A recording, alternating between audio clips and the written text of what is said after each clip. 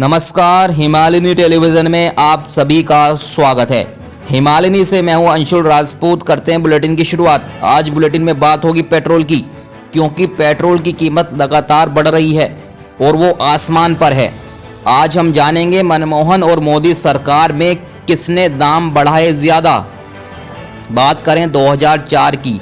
साल 2004 में जब मनमोहन सिंह के नेतृत्व में यूपीए की सरकार बनी थी, तब पेट्रोल सिर्फ 33.71 रुपये लीटर था। आज दिल्ली में पेट्रोल की कीमत 88.99 रुपये हो गई है।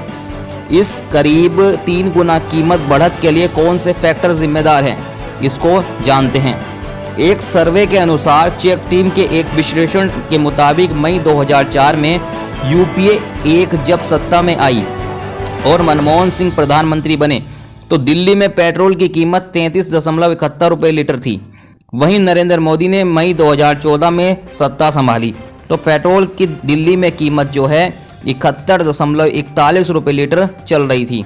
यानी पेट्रोल की कीमत 10 साल के यूपीए शासन के अंतराल में 38 रुपये बढ़ चुकी है।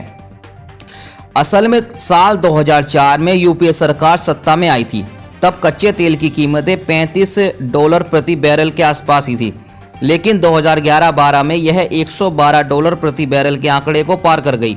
यानी यूपीए के 10 साल के शासन में कच्चे तेल की कीमतों में 3 गुना से ज़्यादा की बढ़त हुई, जबकि इस दौरान पेट्रोल के दाम में हर साल 4 रुपये की बढ़त हुई और 2004 के 33 रुपये के मुकाबले पेट्रोल की कीमत बढ़कर 2014 में यह 71 रुपये के आसपास पहुँच गई। दूसरी तरफ प्रधानमंत्री नरेंद्र मोदी के नेतृत्व वाले एनडीए सरकार के पिछले 7 साल की तुलना करें तो इस दौरान तेल के दाम 71.41 रुपये से सिर्फ करीब 89 रुपये तक पहुँचे हैं। यानी इसमें करीब 18 रुपये की ही बढ़त हुई है। हालांकि किसी निष्कर्ष पर पहुंचने से पहले इस बात पर गौर करना ज़रूरी है कि यूपीए के मुकाबले एनडीए को लगातार कच्चा तेल सस्ता मिला है।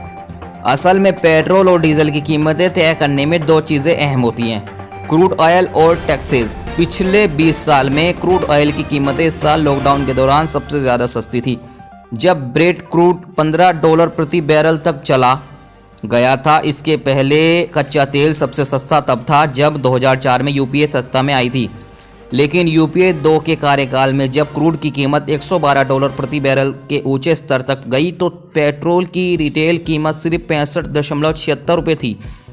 इस हिसाब से आज की तुलना करें, जो ये तस्वीरें हैं वो कुछ साफ होगी। जब $112 प्रति बैरल का कच्चा तेल था, तब यूपीए सरकार पेट्रोल 65.76 रुपये में बेच रही थी, लेकिन आज जब यह $63 यानी यूपीए की तुलना में 56% से कम कीमत है, तब भी एनडीए सरकार पेट्रोल 89 रुपये के आसपास बेच रही है। कुछ ऑयल की कीमतें मोदी सरकार का कार्यकाल शुरू होने के बाद नीचे गिरना शुरू हो गई थी। 2015-16 में ये $46 प्रति बैरल के स्तर तक नीचे आ गई थी, लेकिन मोदी सरकार ने पेट्रोल की रिटेल कीमतों को समान स्तर पर बनाए रखने का फैसला किया। इसके लिए पेट्रोल पर केंद्रीय उत्पाद शुल्क बढ़ा दिए गए। साल 2018 में जब कच्चे तेल की कीमतें काफ़ी कम थी दर्शकों और पेट्रोल डीजल काफ़ी ऊंचाई पर थे, तब पूर्व वित्त मंत्री पी चिदम्बरम ने कहा था कि सरकार चाहे तो पेट्रोल डीजल की कीमतों में 25 रुपये प्रति लीटर तक की कटौती कर सकती है। अगर टैक्स में बदलाव न किया जाए तो पेट्रोल और डीजल की जो कीमतें हैं सीधे क्रूड ऑयल की कीमतों में होने वाले उतार चढ़ाव की तरह ही ऊपर नीचे होंगी। यही नहीं, राज्य सरकारों की बात करें तो राज्य सरकार भी पेट्रोल डीजल पर कमाई करने में पीछे नहीं रही।